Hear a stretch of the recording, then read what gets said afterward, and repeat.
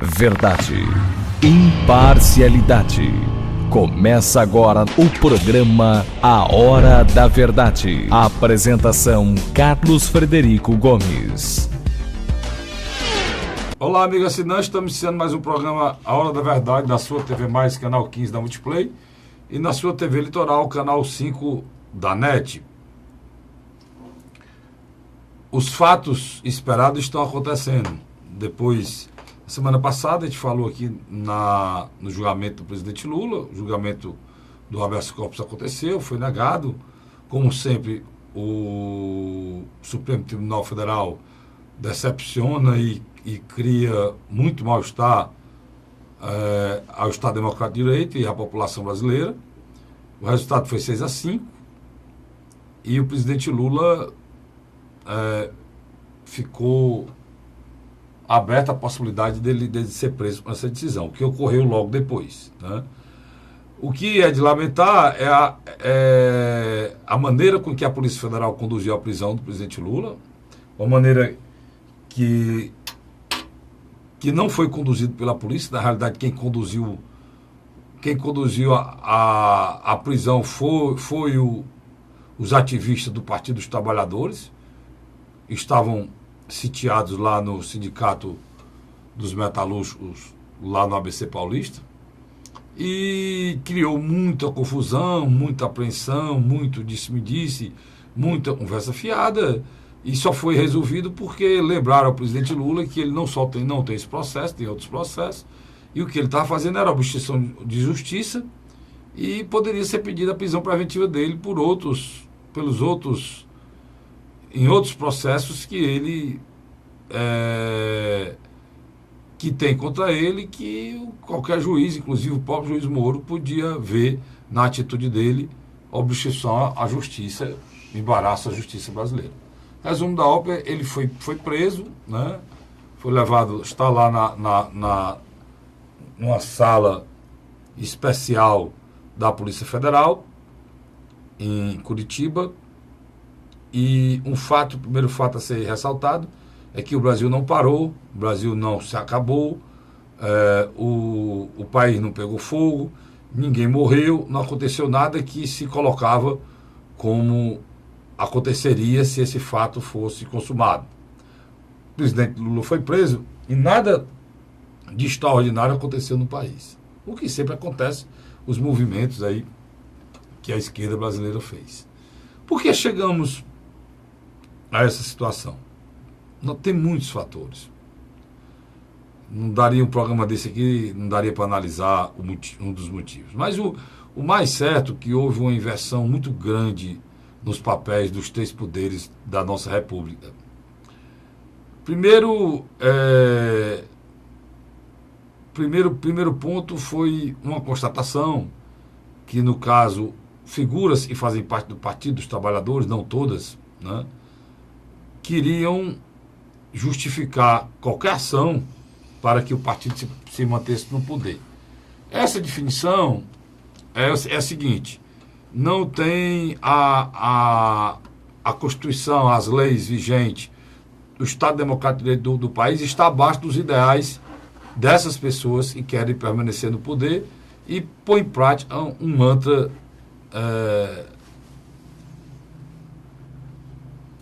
doente, né? É o que algumas pessoas chamam de esquerdopata, né? É uma doença maluca que impõe coisas que criaram muito mal para esse país. Eu estou querendo dizer o seguinte: o PT é um partido orgânico, um dos poucos partidos que devem ser respeitados no nosso país, porque ele foi responsável pela redemocratização do país, mas pessoas muito próximas ao presidente Lula e o presidente Lula fizeram muitas coisas erradas e não tiveram a coragem de assumir, dar a mão à palmatória e corrigir o erro. Não. Eles passaram por cima do erro e criticaram quem identificou os erros, né? E passaram a colocar como o mundo e o planeta, as estrelas, o perseguissem, mas não admitiram os erros. E existem pessoas contas e são totalmente antagônicas, até raivosas em relação ao PT, uma parte do PT e à esquerda. Existe por quê? Por conta dessa esquerdopata que eu estou falando, esse pensamento de esquerda doente, que quis impor ao povo brasileiro coisas que a própria formação da população não aceitava, né? Primeiro, o PT se alia à igreja e depois ele parte para destruir valores cristãos que estão na igreja. E isso foi um dos grandes motivos dessa repulsa e dessa revolta da população em relação a isso. O que manteve o PT no poder foi as coisas boas que foram feitas na área social. Mas eles não se conteram com isso e quiseram continuar e montar um esquema de poder que os perpetuaria para mais de 30, 40 anos no poder. A mesma estrutura, o mesmo esquema feito lá na Venezuela, só que na Venezuela muito mais forte, com muito mais ênfase do que aqui no Brasil, porque a própria democracia brasileira ela é mais resistente e mais forte às instituições. Mas, enfim, Lula foi preso. E nada do que falavam e acontecia nesse país aconteceu. Mesmo porque ele já é uma figura especial. E as pessoas se avoram do artigo 5º da Constituição Brasileira para dizer que, inclusive amigos meus, ainda tem mandatos, vereadores de Fortaleza, deputados estaduais, que se avoram dizendo que a Constituição foi rasgada, eles têm que ler o artigo todo. A Constituição é rasgada no momento em que eles pedem e lutam e puxam e defendem o próprio artigo 5º. Na defesa do artigo 5º, eles rasgam a Constituição brasileira. O artigo 5º, ele começa, a parte principal do artigo 5º, é dizendo que todos nós brasileiros somos iguais perante a lei. Esse é o principal, é a principal redação do artigo 5º. Depois é que vê os incisos. Aí os incisos são vários. Aí são vários. E nos incisos, né, se não me engano, lá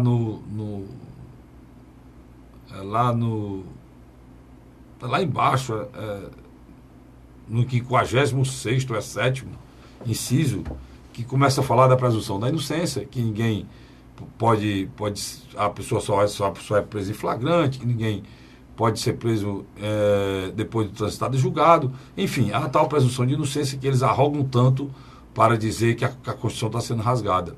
Mas no momento em que você arroga esse artigo da presunção de inocência, e só agora você faz isso, você admite que essa Constituição nem existe, que ela já foi rasgada há muito tempo, porque tem mais de 300 mil brasileiros presos sem o transitado e julgado. Então, quando eles lembram a Constituição para livrar o presidente Lula, eles se esquecem que existem milhares de brasileiros que não têm essa prerrogativa, que eles estão dizendo que só agora a Constituição foi rasgada. Se isso for verdade, essa Constituição foi destruída há anos atrás. Tem pessoas presas preventivamente 5, 6 anos. E é o natural? Não, mas ela precisa ser presa, porque foi presa em flagrante, precisa ser presa, só que a justiça não funciona e não julga. A mesma justiça que eles não aceitam, que não funcione para não ser especial, que eles querem colocar o presidente Lula como uma espécie de um nobre de sangue azul, que tem que ter tudo especial para ele, eu não sei porquê, porque a própria condição especial dele, que era de ser presidente, terminou. E a história do artigo 5º, voltando para ele, que todo brasileiro não, todo ser humano é igual perante a lei, inclusive do artigo 5º, fala até da figura do estrangeiro. Do estrangeiro. Que está colocado nesse mesmo pensamento em relação ao cidadão brasileiro. Que todos eles são iguais a nós perante a lei, independente de nacionalidade. Porque, na realidade, eles só fizeram copiar, né, a Declaração dos Direitos Humanos em relação os direitos e as garantias individuais do ser humano. Está lá colocado no artigo 5º. Mas é importante a gente colocar isso, né?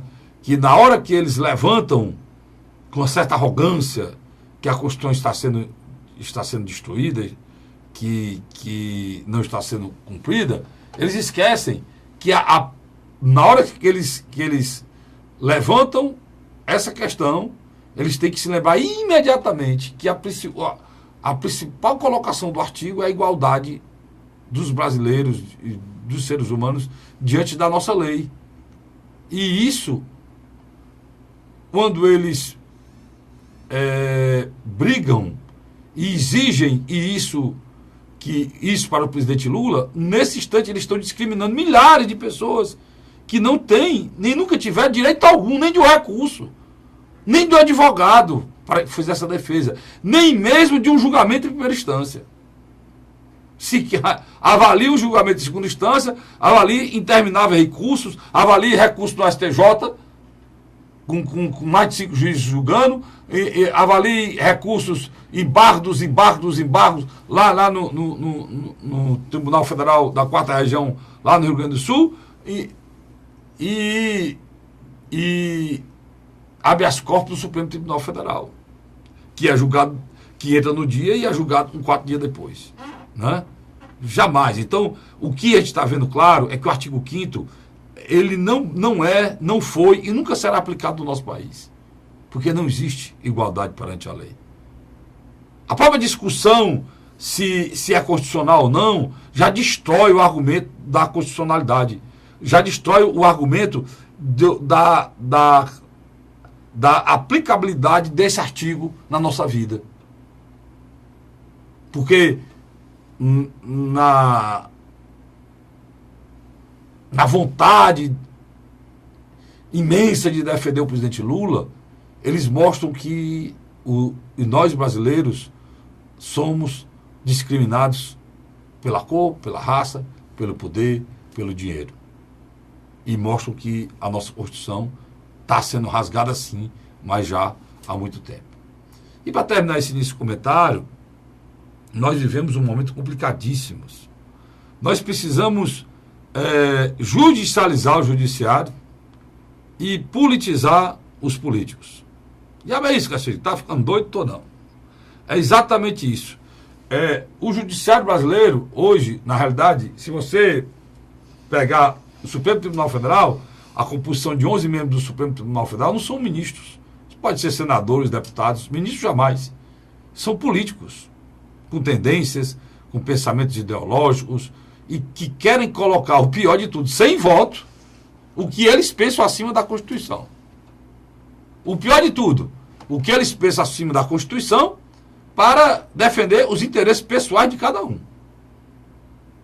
E eles fazem isso da maneira mais midiática possível. Aquela capa de super-homens até ajuda. E todos eles são midiáticos. Mas culpa de quem? Do poder legislativo, que tudo que vota lá, um ganha, outro perde, recorre para o judiciário. Aí o poder legislativo é judicializado, quando ali devia ser o palco da política, da aprovação ou não, da discussão ou não, e de que aprovar, aprovou, quem foi aprovado, aceite. Não.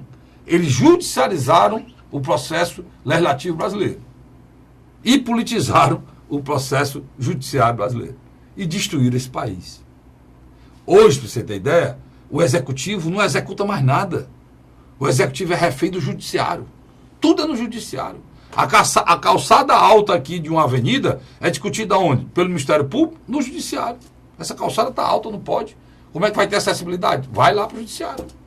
O prefeito não vale nada para discutir nada. Nós entramos num caminho para completar esse caldeirão da divisão da população e da polarização, e aí vai o que os bolsominions, os ciristas, os lulistas, os loucos, né? Eu chamo são os loucos, os imbecis, que estão nas redes sociais, que se vende de tudo, menos verdade. Se vende mentira, invenção, vídeos montados, a montagem da montagem, a desmontagem da montagem da montagem, a mentira, a provocação, o embuste, tudo que tiver de baixo, de vergonhoso, de imoral, sem caráter, indigno, hoje está na política e nas redes sociais e na internet e na briga fratricida e de bilis, né, das vísceras da política brasileira, que vive hoje esse odioso campo político, dizem, né, dizem democrático brasileiro. Não tem nada democrático. Então, meu amigo, a situação da gente é a pior possível. Pior possível. Pior. Hoje, um candidato ele tem que ter uma estrutura de figuras mentirosas na internet, sem caráter, para mentir, inventar, desfazer, fazer, enfim. Fazer lá o que a gente repudiou a vida toda, que destruiu várias democracias, hoje é o ponto principal para eleger um político no nosso Brasil. É a canalice, é a mentira, a sem-vergonhice, a invencionice, a falta de caráter, tudo. Nunca o vale tudo foi tão usado. Nunca a expressão feio a perder foi tão enaltecida. E por aí vai. Aí você soma a isso políticos desmoralizados, corruptos e que destroem esse país. Cássio, tira aqui, quem é que presta nesse processo? Meu irmãozinho, me perdoe, mas eu não sei responder. Não sei. Tenho certeza que você que defende alguém aí, no íntimo seu, você não confia. Você não confia. Os homens de bem desse país estavam na política, saíram. Tenho certeza que nenhum homem de bem fica nessa sujeira, nessa imundície que está aí. Os homens de bem estavam na política e saíram. E os que ainda restam, estão na trincheira tentando mudar, se a gente não reconhecer, se a gente não reeleger, vão sair. Vão sair. Então, é a situação. Nós vivemos o pior momento da democracia brasileira desde a redemocratização para cá. Agora que o Lula foi preso, estão arranjando um jeito de salvá-lo. Nem que para isso tem que soltar latrocidas, pedófilos, assassinos, não importa. O que importa é soltar o presidente Lula. O pior foi a molecagem final. Deputados ligados ao PT e ao presidente Lula mudaram o nome. Fizeram a petição para mudar o nome. Pois a gente vê que o seu desemprego, que a fome, que a violência, que os assassinatos, que a situação dos hospitais no nosso país, pouco importa para eles.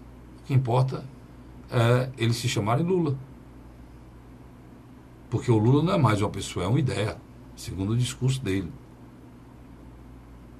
Sabe qual é a grande ideia que ele quer passar para todos nós? É que ele está acima da lei. Ele está acima da Constituição. Repito o que eu vou dizer sempre aqui. Votei no Lula 2 vezes. Tinha ele na conta. Só que eu não aceito brasileiros acima da lei. Nenhum cidadão brasileiro aceita brasileiros acima da lei. E o pior, pessoas que defendem brasileiros acima da lei. Pessoas que juram, e têm mandato, e juraram a Constituição do Estado, e juraram a Constituição Federal, e todo dia no ato que elas estão tomando, elas estão negando tudo isso. Então, se contrapondo à justiça, estão enaltecendo condenados pela justiça que eles juraram defender. Não dá para entender. Certo? Trazendo aqui para o meu amigo Luiz Cláudio Barbosa, pode ser que ele entenda. Eu não consigo entender, já estou até desistindo. Viu, Luiz? É interessante. Quando o TRF-4 liberou ou avisou ao juiz Sérgio Moro que ele podia dar a ordem de prisão ou literalmente começar a cumprir. A questão da prisão do Lula, ele não pensou 2 vezes. Em 22 minutos, eles pediu a ordem e literalmente pegou o ex-presidente Luiz Inácio Lula da Silva totalmente desprevenido. E a própria imprensa, viu, Carlos Frederico? Literalmente, ainda se discutia muito mais a sessão do Supremo Tribunal Federal quando, de uma hora para outra, no começo da noite, os noticiários todos demonstravam que o juiz tinha dado 24 horas para o Lula se entregar ou se dirigir a uma das saídas da Polícia Federal para ser encaminhado a Curitiba. Uma coisa é certa. O ex-presidente Luiz Inácio Lula da Silva montou e orquestrou todo aquele processo muito mais no improviso, Carlos Frederico. Ele correu de volta aos sindicatos metalúrgicos, se trancafiou. Os advogados dele disseram que ele deveria se apresentar no outro dia, isso na sexta, mas o núcleo dele mais político, liderada pela Gleisi Hoffmann, não, disse, não, você tem que resistir. Eu, pessoalmente, acho que num determinado momento o ex-presidente Luiz Inácio Lula da Silva não sabia mais o que estava acontecendo. Ele se deixou levar pelas emoções, e isso foi muito ruim para ele, na minha avaliação, porque, na realidade, com exceção daquela comoção ao lado do sindicato, nem diga outra grande comoção que houve no Brasil, Carlos Frederico. É o que eu falei, né, Luiz? E, na realidade, não aconteceu nada, né?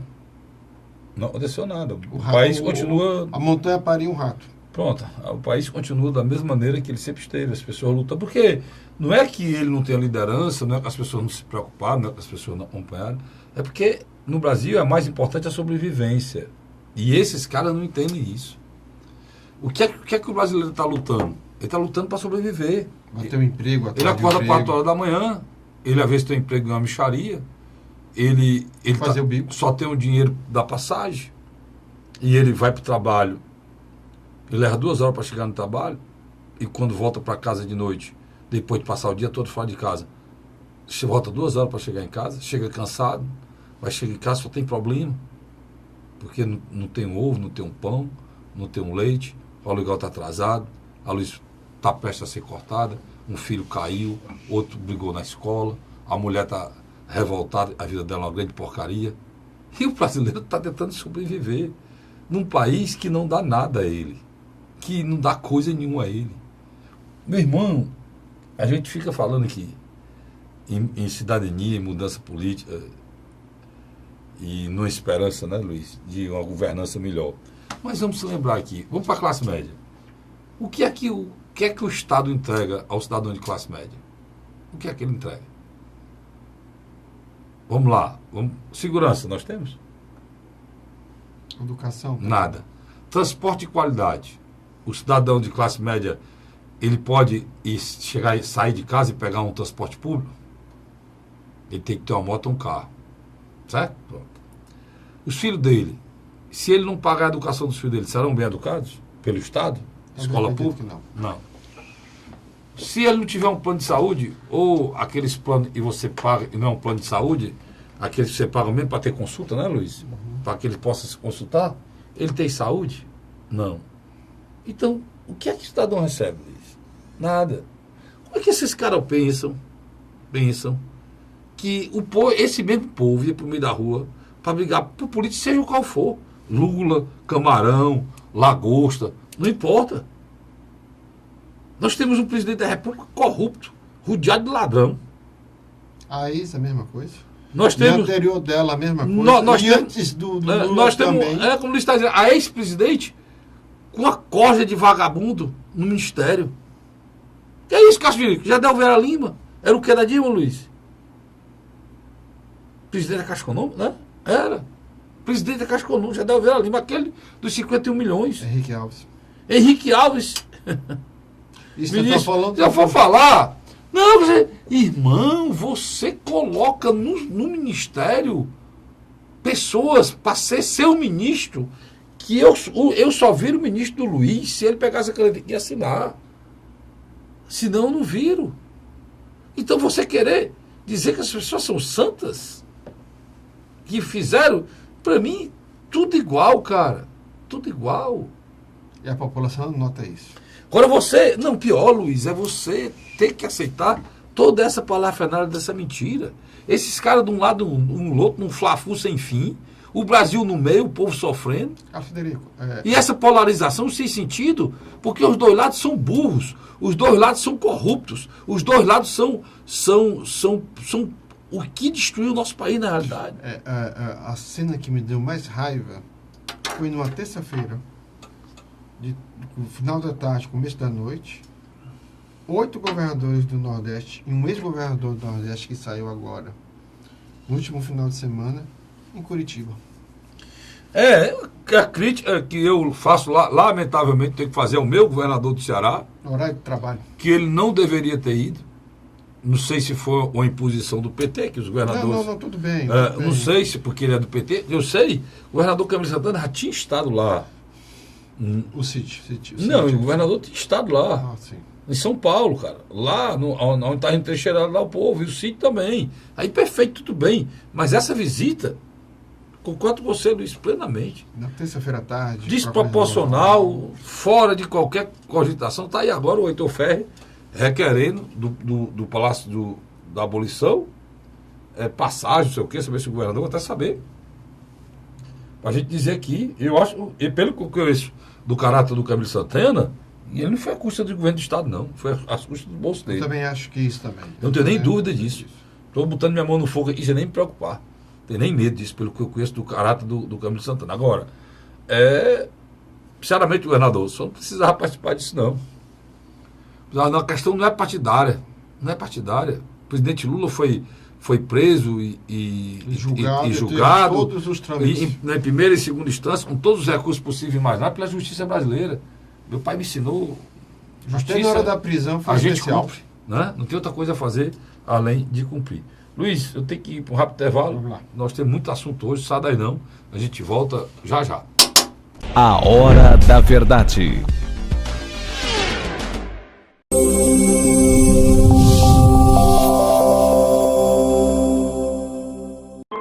A Assembleia Legislativa começou a campanha Ceará Sem Drogas. A discussão vai ser levada para todo o estado, prevenindo a população e buscando soluções para resolver o problema. Participe da campanha. Juntos ficamos mais fortes para combater essa verdadeira tragédia que destrói famílias, futuro e muitas vezes a própria vida. Ceará Sem Drogas, uma luta de todos nós. Assembleia Legislativa do Estado do Ceará. José de Arimanteia, Uruoca. Acordo 8 horas, 9 horas, aí carrego o carro e vou lá pegar água. Aí sai distribuindo os comércios. Estrada dessa, ó, pagou de você andar, ó. Você não gasta pneu, tem economia no bolso e anda rápido. Sertanejo pega uma estrada boa, fica feliz, fica contente. Assim como o trecho que liga Uruoca a Martinópole, o governo do Ceará está fazendo mais de 1.000 quilômetros de estradas mais importantes da vida de muita gente. Governo do Ceará.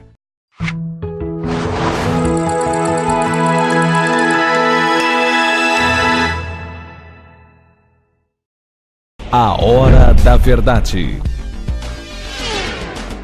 Estamos de volta agora com o segundo bloco do nosso programa Hora da Verdade, na sua TV Mais, canal 15 da Multiplay, e na sua TV Fortaleza, TV Litoral, canal 5 da NET. TV Fortaleza é o Pela Hora, eu faço lá na Corrimã Nossa, o programa Pela Hora. Fazer muitas vezes o programa Pela Hora é feito pelo meu amigo Luiz Cláudio Barbosa, tem muito prestígio. Está aqui comigo, está lá. Afinal de contas, é uma pessoa que tem muito conhecimento e é um amigo e está sempre junto com a gente. Nas horas a gente tem que discutir os problemas do nosso país. Luiz, eu falei no comentário inicial, cara, sobre a Constituição brasileira. E as pessoas pensam que todo mundo é imbecil. E eu acho até, e algumas pessoas acham que o povo brasileiro, eles são... Como é que é a palavra certa? Não. Eles, na realidade, essas pessoas, elas subestimam a inteligência do cidadão brasileiro. Subestimam. Vocês falam no artigo 5º, vocês falam para a pessoa de inocência, cara, está aqui, ó, artigo 5º, ó. Todo artigo 5º. O artigo mesmo, o principal, é o que eu vou ler aqui agora, o principal. Os outros são os incisos do artigo 5º, mas o principal é isso aqui. Todas são iguais perante a lei, sem distinção de qualquer natureza, garantindo-se aos brasileiros e aos estrangeiros, como eu falei aqui, sem lei, né? Residente no país, a inviolabilidade do direito à vida, à liberdade, à igualdade, à segurança, à propriedade, nos termos seguintes. Aí, lá no 58º no 58º item do artigo 5º, diz o seguinte: ninguém que será considerado culpado até o trânsito em julgado de sentença penal condenatória. É essa coisa aqui que eles dizem que estão rasgando a Constituição. Só que essa coisa aqui é um item de vários. O principal que eu vou ler aqui: todos são iguais perante a lei, sem distinção de qualquer natureza. Então, eles começam a rasgar a Constituição aí. Porque na hora que você arroga, Luiz, a história que ninguém será considerado culpado até o trânsito julgado e a sentença penal condenatória, se isso aqui é que eu estou dizendo, que por que fizeram isso com o Lula, a Constituição foi rasgada, então rasgaram a Constituição há quantos anos atrás, Luiz? Há quantos anos atrás, meu irmão? Aqui no Ceará, nós temos 20 mil pessoas presas. Eu tenho certeza absoluta. Se aqui tiver 20 mil presos, nós temos 12 mil, vou pegar esse dado, 12 mil presos aqui, sem nenhum julgamento. Não é o trânsito está de julgado que eles estão querendo, não, porque o Lula já foi julgado pela primeira instância, né, Luiz? É isso? Pela segunda instância. E depois? Foi consultado o STJ. E 5 juízes votaram lá na Câmara do STJ. Exatamente. E depois, Luiz? Foi para o Supremo. Nós antes teve uns embargos. Dos embargos. Lá no TRF4, depois que ele foi condenado de segunda instância, e depois foi para o Supremo. Então dizendo que esse cara foi preso ilegalmente, rasgando a Constituição. E o que é, e vocês vão me dizer, dos 14 mil presos aqui do Ceará, ou dos 250 mil desse país, essa Constituição não vale para eles, não. Onde vocês estavam, que não se levantaram, vocês que têm mandato, cara, eu não tenho mandato, não. Vocês que têm mandato são vereadores, vocês que têm mandato são deputados federais, vocês que são juízes e são autoridades judiciais, vocês que têm notável saber jurídico, vocês que sabem tudo. A gente, na realidade, eu, como cidadão leigo, e não sou advogado, eu não sei de coisa nenhuma, quem sabe são vocês. Onde vocês estavam, que não se revoltaram, porque rasgaram a Constituição há quanto tempo? Desde o tempo que ela foi criada. Porque desde a época que foi criada, que preto, pobre nesse país, é preso, apanha e vai pra cadeia, meu irmãozinho. Então, vocês são loucos? Ou vocês não vivem aqui? Ou Luiz, ou eu vivo aqui sozinho, cara? Sem dúvida. Você está coberto de razão. Nessa semana, existe um choque de realidade. Lula está preso. Poucas pessoas... Por isso que eu não aceito, desculpe só para terminar aqui, essa história dessa solidariedade. Porque tem que ser solidário com todas as pessoas que estão aqui, eu falei. Sem dúvida. E alguns até inocentes, né? Pois é, muitos inocentes. Luiz, perfeito. Os presos que tem, que roubaram para comer. Tem muitos aí. Pagaram pensão. Ou não pagaram pensão. Que estão desempregados, sem condições, que tem uma série de situações aí. Cara, Frederico, a realidade veio à tona. Lula está preso, praticamente incomunicável, falando com poucas pessoas, e, para piorar a situação, o Partido dos Trabalhadores começa a cair numa realidade negra e difícil. Que Partido dos Trabalhadores, Luiz? Um bem simples. Não existe Partido dos Trabalhadores, Luiz. Eles estão tentando. Não, eu tenho a certeza hoje, e não existe Partido dos Trabalhadores. Pode existir alguns, e alguns estados, mas esse a nível nacional que fala aí, não existe. Eu respeito o do Ceará, que tem era para ser o líder maior. Muitas vezes o partido nem aceita a liderança dele, do governador Camilo, né? Você já discutiu aqui um tempo aqui que queria passar por cima da liderança dele. E é o maior líder hoje do estado do Ceará e eles querem passar por cima. Rio Grande do Sul. No Rio Grande do Sul, né? E tem um Paulo Paim. Mas eu digo uma coisa, que partido é esse que não existe, cara? O Lula foi preso, foi para Curitiba, o partido transferido para lá. Pelo amor de Deus, Luiz. Isso ali foi um processo que só prejudicou. Então não existe PT, existe Lula. Sem dúvida. Então não é partido, é um homem. Entendo? Você não pode fazer uma loucura dessa. O PT é dirigido hoje por uma mulher louca, uma insana. E hoje quem tem A chave e o cofre do partido é ela. E tá também O processo dela está para ser julgado lá no Supremo Tribunal mais Federal. perto que longe. Que é a dona Gleice Hoffmann. E o marido dela. Não sei nem se ela tem marido mais. Acho que não me fala mais do marido dela. O Carlos Frederico, como eu te falei, essa semana de choque de realidade do PT se concretizou. Você vê uma figura como Jacques Wagner já avisa, eu não sou candidato a presidente. Eu vou disputar deputado federal ou Senado. Por quê? Fora o privilegiado. Fora o privilegiado. E tem lá de vidro.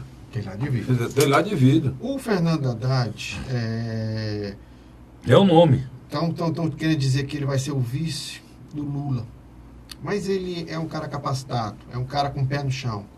Ele também sabe que esse mantra não vai sobreviver muito tempo. Mas ele não tem chance nenhuma, Luiz.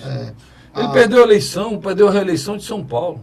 E com menos voto do que tirou na eleição passada. E sentado na cadeira. Como é que ele tem condição de ser candidato a presidente da República, se o cara perde a eleição em São Paulo? A Manuela Dávila passa mais tempo na comitiva do PT ao lado do Lula do que literalmente fazendo uma pré-campanha ou sendo deputado estadual. Porque não existe Manuela Dávila. Não existe candidatura de Manuela Dávila. Agora, é interessante, nesse processo todo, você tem uma liderança que participou durante essa semana de um fórum de discussão de economia, que é o presidenciável Ciro Gomes, que é cearense, que está tentando se posicionar, chamando para um debate o mercado financeiro, que eu achei isso muito salutar. Isso é bom. O Ciro Gomes está criando uma agenda distante do Lula, é muito bom. Foi criticado por isso, pelos petistas, e os petistas disseram que ele está fora, porque não teve lá, na trincheira lá em São Paulo. Teve o irmão tanto que e ele não esteve. Tanto que o presidente Carlos Lupe quer marcar uma ida do Ciro lá, junto com ele, a Curitiba, que eu acho que o Ciro Gomes não deve ir. Acho que o Ciro Gomes não deve ir. Eu acho que o Ciro Gomes deve continuar nessa linha. O PT fica jogando uns caras, né? O PT fica flertando com pessoas que ele não quer namorar. Quem é? Ciro Gomes. Ele quer só manter o cara preso a ele, até desmoralizá-lo. Acho que o Ciro Gomes se esqueceu, e o Cid Gomes também, quando... Mas só presta assim, esse povo só presta assim. Eles se esqueceram quando o Lula mandou ele transferir o título dele para São Paulo. Tu lembra disso? 2010. 2009 para 2010. Mas se esqueceu disso. Se esqueceram, mas se esqueceram. Não apoiou. Mandou o cara transferir o título para São Paulo, o cara foi desmoralizado e virou motivo de chacota. Lançou um mercadante. Foi motivo de chacota, todo mundo mangando. Aí, agora, de novo, você acreditar que existe a possibilidade, eu contei aqui, nesse programa, semana passada, uma entrevista da senhora Gleice Hoffmann, presidente do PT, dizendo que quem fala plano B, e Lula e Haddad conversando com Ciro, aquela história que a mulher retirou lá, são os inimigos. São os inimigos deles. É sonho dos inimigos deles, político deles. Sem dizer mais nada, chamou o Ciro de inimigo. Então eu vou dizer o quê? Ele não foi para lá, parabéns para ele. Agora, o pior, fica nesse mantra, desse negócio, e vai, que não vai. O espólio fica com quem não tem espólio. Se o Luiz Souto estiver errado, você diz. Eu vou dizer para você, passo a passo, o que vai acontecer. Mas deixa eu só lhe interromper. Pois não, mas interrompa. O Ciro Gomes demonstrou uma capacidade, uma inteligência emocional muito importante. Foi discutir com o mercado.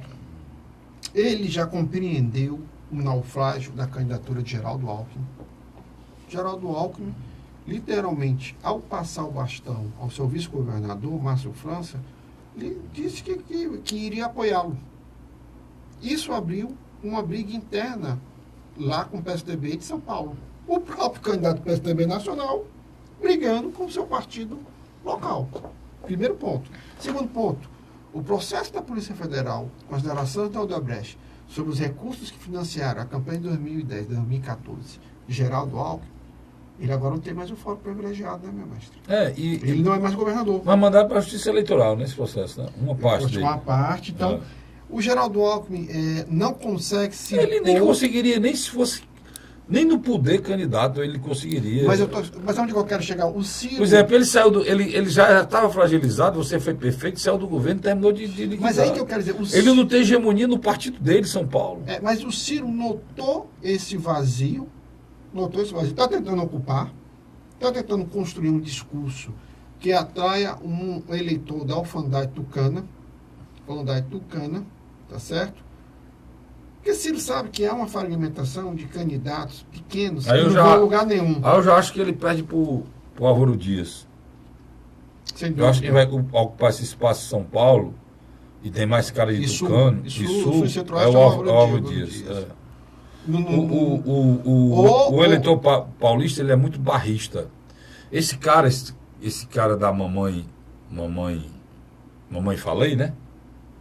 É um blog? É um blog. Mamãe Falei, dessa confusão com o Ciro Gomes aí. Eu digo que só tem canalha nesse negócio de internet, blog, uma canalice, tem bloguistas.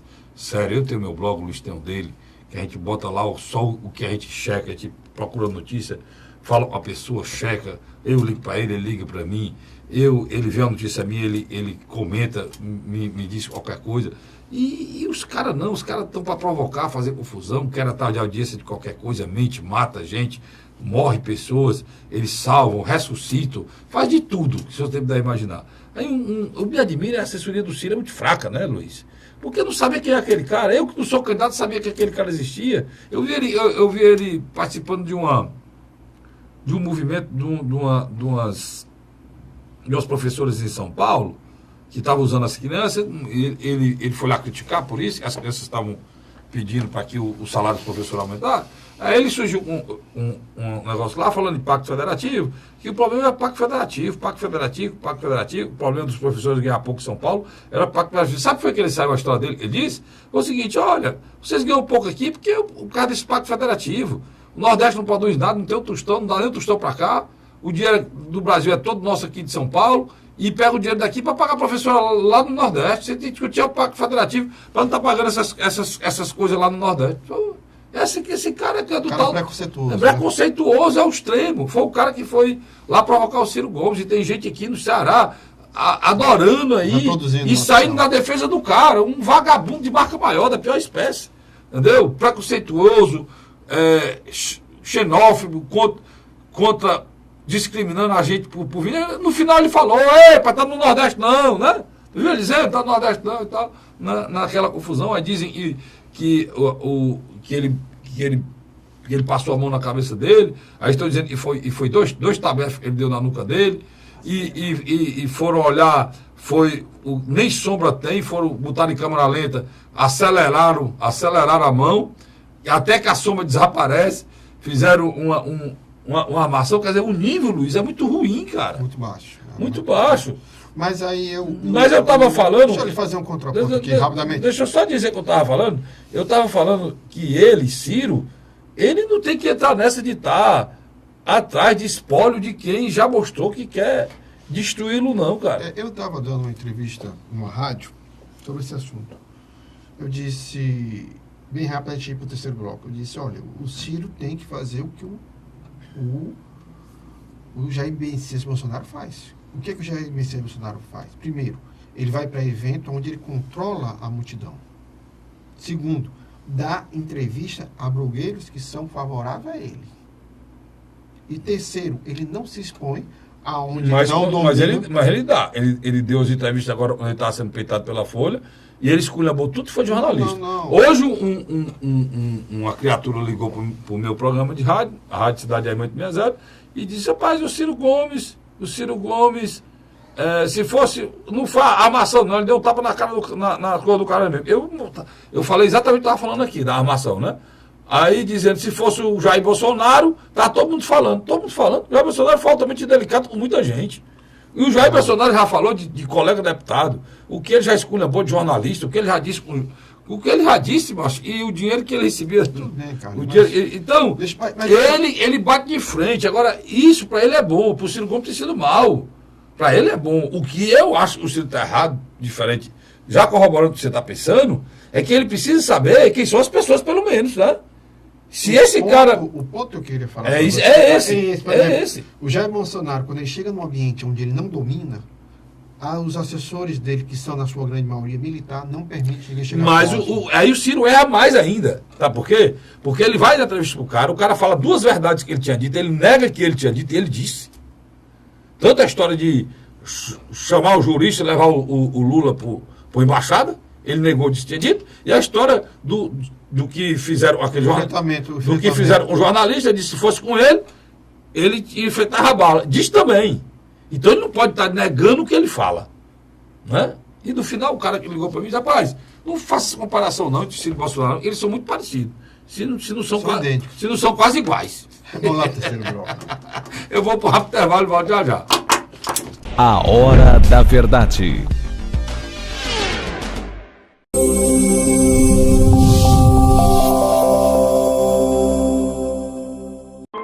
A Assembleia Legislativa começou a campanha Ceará Sem Drogas.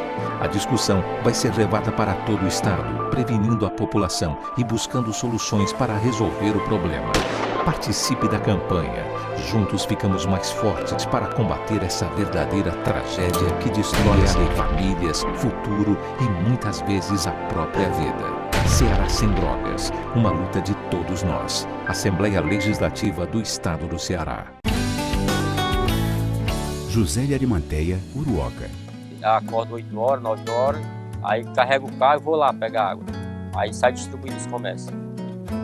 Estrada dessa, pagou de andar. Você não gasta pneu, tem economia no bolso e anda rápido. Sertanejo pega uma estrada boa, fica feliz, fica contente. Assim como o trecho que liga Uruoca a Martinópole, o governo do Ceará está fazendo mais de 1.000 quilômetros de estradas mais importantes da vida de muita gente. Governo do Ceará.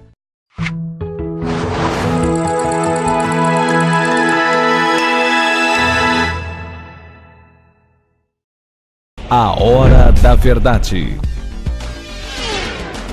Estamos de volta agora com o terceiro e último bloco do programa A Hora da Verdade, na sua TV Mais, canal 15 da Multiplay, na sua TV Litoral, canal 5 da NET. Antes de mais nada, eu ia só fazer um paralelo aqui das coisas que eu falo. Não vou perder a oportunidade de falar sobre isso. Antes de falar sobre política, eu queria falar o seguinte. Essa semana, lá no Pará, 32 pessoas foram mortas. Que é isso, 32, num dia. 20 e poucas no presídio e 12 lá, que a linha de investigação, que foram mortas por policiais. Mataram 2 policiais e a reação foram 12 pessoas mortas num dia e mais 20 pessoas mortas na questão do presídio. O que é que eu estou querendo deixar de dizer? Eu estou ratificando o que eu digo para você aqui. O problema de segurança pública do Ceará é grave. Mas esse não é um problema do Ceará. Esse é um problema do Brasil. Nós temos que discutir isso a nível nacional e a eleição está aí, do dia do meu aniversário.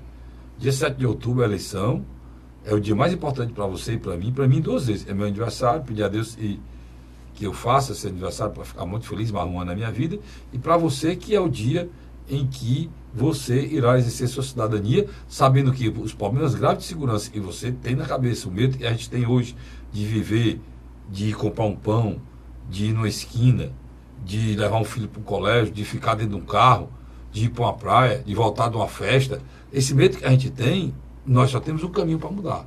Se o Brasil enfrentar isso de forma igual, governo federal, governos estaduais e prefeituras. Todo mundo junto nesse processo, junto com o Exército, Aeronáutica e Marinha, junto. E esses seriam os responsáveis para evitar que entrasse no nosso país droga e armas que são os grandes responsáveis por esses 60 mil mortos anuais no nosso país. São 60 mil pessoas assassinadas. Aqui no Ceará, nós estouramos agora em 2017 o número de mortos. Foram 5 mil. Ainda faltam 55 mil. O governador Camilo Santana foi o governador que mais fez pela segurança pública dos últimos que tiveram aí. Mas ele pegou um pior momento que o Brasil vive, esse problema das facções, e dizem o governador deixou entrar as facções do Ceará. Isso é mentira. Mentira. As facções estão enraizadas no Brasil todo. Elas só não estariam no Ceará se o Ceará não fosse no Brasil. Mas, ano de eleição, É só mentira. E eu estou provando para você. Pará, 32 mortos. Num dia. Certo? Então, é preciso respeitar quem trabalha. E o governador Camilo Santana, na área de segurança, fez muito. Em 2015, de 98 para cá, ele foi o único governador que baixou os índices de assassinatos. Todo ano aumenta. Ele conseguiu, em 2015, reduzir e em 2016 reduzir. Afrouxou um pouquinho, mudou o secretário, mudou a política.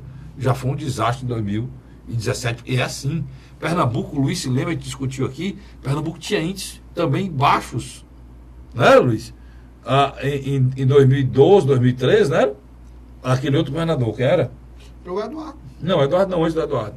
O Eduardo saiu e ficou lá, substituto dele, eu esqueci. Pois é. Você sabe o que foi que aconteceu? Pernambuco voltou com tudo agora. Por que é que acontece isso? Acaba e volta de novo. Porque todos nós estamos inseridos no Brasil. E a questão de segurança nacional. Então, pelo amor de Deus, não escute ninguém que falar que vai resolver o problema de segurança desse país, não. Desse país pode ser um presidente e várias pessoas juntas. Agora, do Ceará sozinho não existe isso não. Isso é balela, papo furado. Mentira. Só um pacto federativo. Mentira, olha, pronto. É um pacto federativo muito bem feito, Luiz. O que o Ceará está no caminho certo, porque o Ceará hoje tem a melhor educação do país. Mas só que o investimento na educação, o retorno dele é a longo prazo. A médio e longo prazo.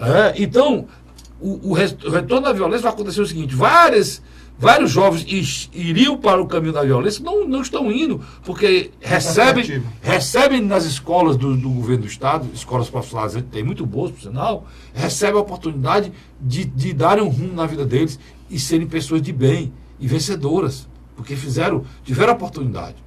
Então, é importante a gente, quando vê esses fatos da violência nacional, você tirar dessa história, desse maniqueísmo, dessa fuleiragem, a palavra certa é essa, que querem colocar como se no Ceará tivesse algum Hulk ou algum Salvador da Pátria. Salvador da Pátria, Super-Homem, Capitão América, seja o que diabo for, para salvar essa questão de segurança. Não existe. Não existe. Tá certo? Agora, eu fiz já falando de política, eu acompanhei os últimos lances de filiações agora no dia 6, e a janela fechou, janela partidária, fechou, e a gente acompanhou, eu e o Luiz, um ato de filiação no PSDB. O PSDB que ultimamente, nos últimos anos, só perdia filiados, né, Luiz? Definhando. Luiz, palavra correta. Definhando mesmo. O PSDB teve já 14 deputados estaduais. Hoje só tem um. Agora 2. Agora 2, mas só tinha um, que é Carlos Matos, né? Quem é o segundo, Luiz, agora? É a filha de Roberto Pessoa. Pronto. Agora tem 2. Fernando Pessoa, mas só tinha um. Dos 14 só tinha um. Eleito mesmo, só tem o Carlos Matos, eleito pelo PSDB. Né? Pois é. E aí eu fiquei assim, olha, isso aí tem um movimento político sério por trás disso aí. Aí veio o discurso. Aí eu fiz Aí eu fiz a minha avaliação depois do discurso. Você quer fazer Somos capazes sim de resistir. A oposição não gritava, mas agora grita. Somos o grito da oposição. Vamos entrar na luta de mãos limpas. É proibido nessa chapa Lava Jato ou Mensalão? Com esse discurso, feito nas filiações de Danilo Forte, Firmo Camussa, Roberto Pessoa, Lúcio Alcântara e também da Fernanda Pessoa, ao seu partido, o senador Tasso Ribeiro Gereissati praticamente se lançou candidato a governador do Ceará. O senador até agora inventou vários balões de ensaio, enquanto prorrogava o máximo possível a sua possível pré-candidatura. É o que eu acho isso aqui, né? Mantendo sua forma de fazer política, que é tomar decisões sempre nos últimos momentos. Se sua candidatura se confirmar, com certeza um dos candidatos ao Senado será o capitão Wagner. Isso aqui eu estou falando que o capitão Wagner já me disse isso 3 vezes. Né? A mim, pessoalmente, perguntado por mim, ele já me disse 3 vezes. Então, estou afirmando aqui pelo que eu sei. Se o senador Tasso for candidato a governador, o capitão Wagner será candidato a senador. Aí eu digo aqui no final do blog, agora é esperar e conferir. Vá lá, blog do tassofrederico.blogspot.com. Eu vou fazer uma postagem já, onde você for usar já, hoje à noite já está saindo a postagem que eu vou fazer, falando sobre essa questão desse juridiquês que tomou conta do país, todo mundo agora quer ser jurista, para fazer, para enganar a população e vender uma mentira como verdade. Tá certo, Luiz? Carlos Frederico, quando se perdeu o comando estadual do Partido da República, o que aconteceu? Tivemos políticos com um histórico de oposicionistas sem um domicílio eleitoral. O ex-governador Lúcio Alcântara, que retorna, ele não se filia, na grande verdade, ele retorna a um berço da qual ele pertenceu. Roberto Pessoa, ele se filiou, né? Roberto Pessoa, que passou vários dias procurando um partido para chamar de seu em Brasília e não conseguiu achar, foi junto com a filha para o PSDB. E o PSDB do Tasso já foi seu arqui-inimigo, né? E o Danilo Forte, que nesses últimos tempos passou pelo PMDB, passou pelo PSB, passou pelo DEM, esse foi o mais rápido, e agora está no PSDB. Peraí, macho. PMDB, vai. PSB. PSB, DEM. vai. DEM. E PSDB. PSDB. Isso em quanto tempo, macho, essa passagem aí? Em 3 anos e 4 meses. Olha, pessoal, 3 anos e 4 meses. onde eu faço aqui alerta aqui, não é porque eu quero criticar ninguém, não. Eu falei aqui várias vezes da história de parente político, que os caras abrem a boca e dizem assim, essa oligarquia, não sei o que, sei o que. Ele falando de oligarquia, é uma oligarquia. Ele. As atitudes dele, os parentes dele, tudo, e falando de oligarquia, sendo uma oligarquia. Ou seja, de novo, subestimando a nossa inteligência e o que a gente vê, faz nem de besta. Um dos mantras do deputado Danilo Forte, para falar dos FG, dos Ferreira Gomes, era que eles tinham mudado muito de partido. Tá aí, ó. O que é que ele vai dizer? Ele vai querer justificar porque isso aconteceu, porque os partidos no Brasil são fisiológicos, não tem ideologia, isso aconteceu sem ele querer. É isso mesmo. E eu concordo com ele. A defesa dele é perfeita. E ele foi vítima. Agora só, meu amigo deputado Danilo, que eles também, os FC, foram vítimas igual o senhor. Da mesma maneira. Por isso que eles mudaram de partido. Entendeu? Agora só que aqui os políticos brasileiros, eles não têm honestidade de princípio nas coisas que podem atingi-los a si mesmo e aos outros. Tem coisas que não vai atingir um homem de bem, ele vai chamar o de corrupto, sabendo que ele não é corrupto. Ele é um homem sério. Ele pode chamar o de corrupto. Agora, um ladrão não pode chamar o de corrupto. Mas tem coisas que todos estão sujeitos e não deveria apontar o rabo para o outro, não. E aponta. Carlos. Né? E aponta. Carlos Frederico, sem dúvida, o PSDB agora tem quadros.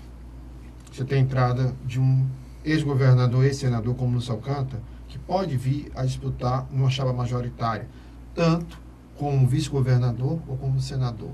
Você tem o Roberto Pessoa, que me parece que se dirige para uma candidatura de deputado federal. Do outro lado, você tem um partido como Solidariedade, que já se organizou a nível estadual. Tem um candidato federal, que pode ser um dos mais votados, que é o Genesiano Noronha. Tem uma possibilidade de eleger uma bancada estadual relativa de boa qualidade, onde você tem tanto a Aderlaine Noronha, mas também tem a figura do nosso querido amigo Marcos Carlos. E agora tem também a entrada do Heitor Ferrer, que ninguém discutiu ainda, mas eu já falei com você que poderia ser jogado também numa candidatura ao Senado.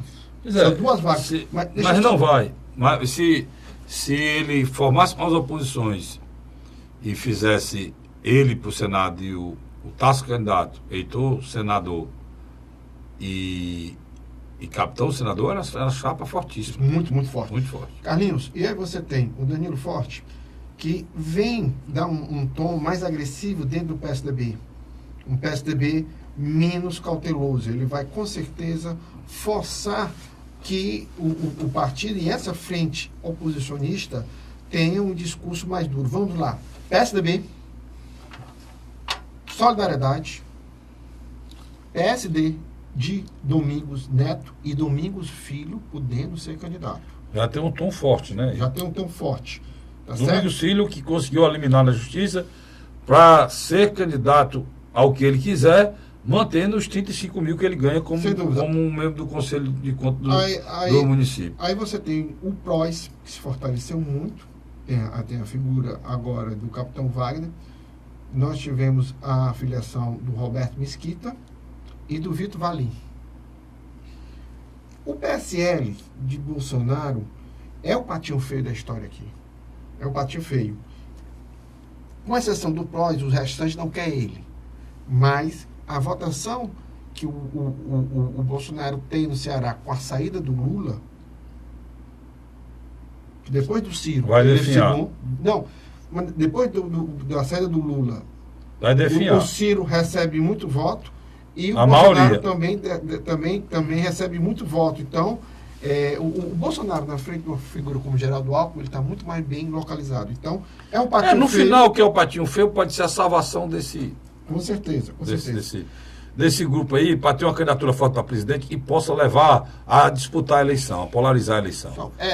Então, os últimos acontecimentos levaram a uma solidariedade mais forte, a um PSDB mais forte, aí você está querendo dizer, né? Ao PSD mais forte. Então, hoje, Domingos Filho no PSB, Genessir Noronha no Solidariedade, né?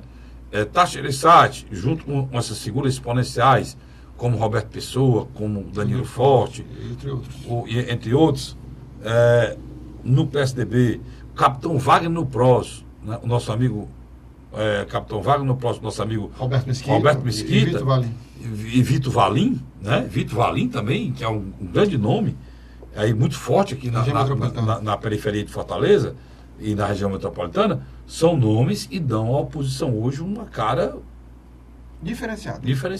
Agora, isso aí eu volto a reafirmar, ela se organiza muito mais pela exclusão que é feita num bloco governista do que literalmente, organicamente, eles se organizaram no planejamento. Resta saber o que dará isso aí. O governador Camilo Santana fez um gol contra nessa ida para Curitiba, deve voltar para o Ceará, se reorganizar uma sua base, que é imensa, né, Luiz? Muito grande, a quantidade, o número de partidos e prefeitos que apoiam o governador Camilo Santana, pelo que ele fez muito bem no seu governo, e vamos aguardar, os cavalos estão sendo colocados na linha. Resta saber, nós já sabemos qual é a linhagem até da oposição, da situação a gente já conhece, mas só falta saber qual cavalo eles escolherão para sair nessa disputa. Não é isso, Luiz? Eu acredito que sim. Pronto, a você, assinante, obrigado pelo carinho, obrigado pela audiência. Eu volto, se Deus quiser, na próxima semana, com mais um programa A Hora da Verdade. Até lá.